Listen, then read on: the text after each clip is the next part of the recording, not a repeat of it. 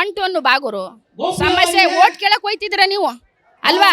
ಇವಾಗ ಯಾಕೆ ಬರಲ್ಲ? ರೈತರ ಮಧ್ಯೆ ಕೂತ್ಕೊಂಡು ರೈತರ ಸಮಸ್ಯೆಗಳ ಕೇಳಿ ಅಂದ್ರೆ ಅಧಿಕಾರ ಬಂದ್ಮೇಲೆ ಮದ ಆಗ್ಬಾರ್ದು ಸರ್. ಅವ್ರಿಗೆ ತಾಕತ್ತು ಏನಾರು ಇದ್ರ, ದಮ್ಮು ಅಂತ ಏನಾರು ಇದ್ರ ಮಾನ್ಯ DK ಶಿವಕುಮಾರ್ ಅವರು CM ಆಗಿರ್ಬೋದು. ನಮ್ಗೆ ಏನು ಅಲ್ಲ ಸಾ, ಅಭಿಮಾನಿಗಳು ಕೊಟ್ಟಿರೋ ವರ. ನಮ್ದೇನೋ ಗೊತ್ತಪ್ಪ, ಇಲ್ಲಿ ರೈತರ ಪರ ಬಂದಿರೋದು, ನಾನು ಯಾರ ಪರನೂ ಅಲ್ಲ. ಈಗ ಇವ್ರು ಹೇಳ್ತಾರೆ ಕುಮಾರಸ್ವಾಮಿ ಮೊದಲು ಇದನ್ನ ಮುಂದುವರಿಸಿದ್ರು ಅಂತಾರೆ. ಹೌದು, ಗೊತ್ತಿಲ್ಲದೆ ಮಾಡಿದ್ರು, ಯಾರಿಗ ಇಷ್ಟ ಇಲ್ಲ, ಏನಾರು ಒಂದು ಡೆವಲಪ್ ಮಾಡ್ಬೇಕು ಅಂತ ಬಂದಿರ್ತಾರೆ. ಆದರೆ ರೈತನ ನೋಡಿದ ತಕ್ಷಣ ಅವ್ರ ಸಮಸ್ಯೆ ಕೇಳಿದ ತಕ್ಷಣ ಅವ್ರು ಅಲ್ಲಿ ಕೈ ಬಿಡ್ತಾರೆ. ಅಲ್ಲಿಗೆ ಬಿಟ್ಟೋಯ್ತು.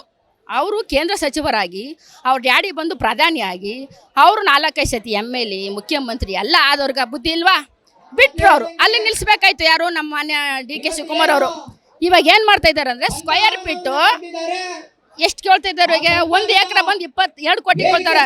ಸ್ಕ್ವಯರ್ ಫೀಟೇ 40,00,000 ಅಂದರೆ ಎಕರೆ 1 ಕೋಟಿ. ಬಡವ್ರ ಹತ್ರನೇ ಕಿತ್ಕೊಂಡು ಇನ್ನ ಬಡವರು ಕೊಡ್ತಾರೆ.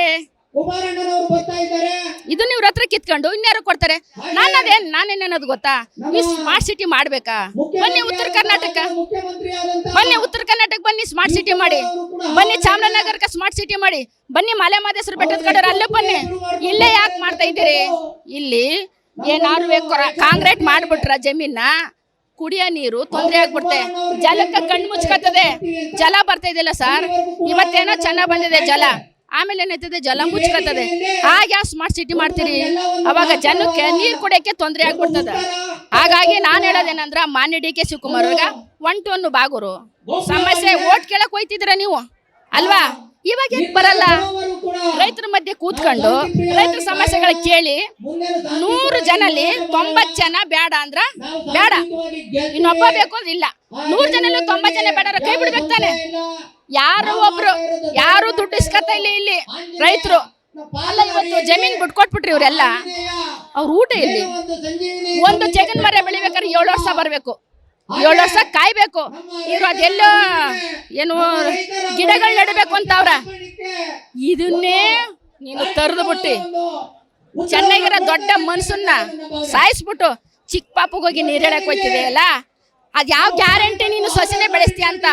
4 ತಿಂಗಳಾದ್ಮೇಲೆ ಆ ಗಿಡಗಳಿಗೆ ರೋಗ ಬತ್ತು ಅಂತ ಅದನ್ನೂ ಸ್ಮಾರ್ಟ್ ಸಿಟಿ ಮಾಡಕ ಏನ್ ಏಸಲ್ಲ ನೀವು ಅಂತ ನಾನು ನೀನಪ್ಪ. ಹಾಗಾಗಿ ನಮ್ಮ ಮಾನ್ಯ DK ಶಿವಕುಮಾರ್ ಅವ್ರಿಗೆ ಹೇಳ್ತೀನಿ, ದಯಮಾಡಿ ನೀವು ಇಲ್ಲಿಗೆ ಬನ್ನಿ, ರೈತರ ಹತ್ರ ಬನ್ನಿ, ಸಮಸ್ಯೆ ಕೇಳಿ. ರೈತರ ಹತ್ರ ಒಪ್ಪಿಗೆ ಇದ್ರ ಮಾತ್ರ ಮಾಡ್ಬೇಕು. ಇಲ್ಲ ಅಂದ್ರೆ ಸರ್ ರೈತರು ಇಲ್ಲೇ ಪ್ರಾಣ ಬಿಟ್ಬಿಡ್ತಾರೆ. ರೈತರ ಎಡೆ ಮೇಲೆ ಯಾರುವೆ ಸಮಾಧಿ ಕಟ್ಟಕ್ಕಾಗುತ್ತಾ? ಇಲ್ಲ ರೈತರ ಎದೆ ಮೇಲೆ ಏನಾರುವೆ ಮನೆ ಕಟ್ಟಕ್ಕಾಗುತ್ತಾ? ರೈತರು ಇರತ್ತಾನೆ ನಾವು. ಇವತ್ತು ಅಲ್ಲಿ ನೋಡಿ ಎಲ್ಲ ಆಕ್ಸಿಡೆಂಟ್ ಆಯ್ತದ. ಹಾಗಾಗಿ ರೈತರ ಸಮಸ್ಯೆನ ನಾವು ಆಲಿಸ್ಬೇಕು, ರೈತರನ್ನ ಉಳಿಸ್ಬೇಕು. ರೈತರು ನಮ್ಮಕ್ಕೂ, ನಮ್ಮ ಭೂಮಿ ನಮ್ಮ ಹಕ್ಕು. ರೈತರು ಇರೋದ್ರಿಂದ ನಾವು ರೈತರ ಮೇಲೆ ಎಲ್ಲಯ್ಯ ಹೇಳಿ ಸ್ವಾಮಿ. ಇವಾಗ ನೋಡಪ್ಪ, ರೈತರಿದ್ರ ನಾವು ಇವಾಗ ಹೇಳ್ತಾರೆ ಇವರು ಈ ಏನದು ಏ ಬಂದ್ಬಿಟ್ಟು ಇದನ್ನೆಲ್ಲ ರೆಡಿ ಮಾಡುತ್ತೆ ಅಂತ ಹೇಳ್ತಾರ. ಒಂದು ಅರ್ಧ ಗಂಟೆಗೆ 3 ಲೀಟರ್ ನೀರು ಕುಡಿತದ. ಎಷ್ಟೇಳು ಏನಪ್ಪ?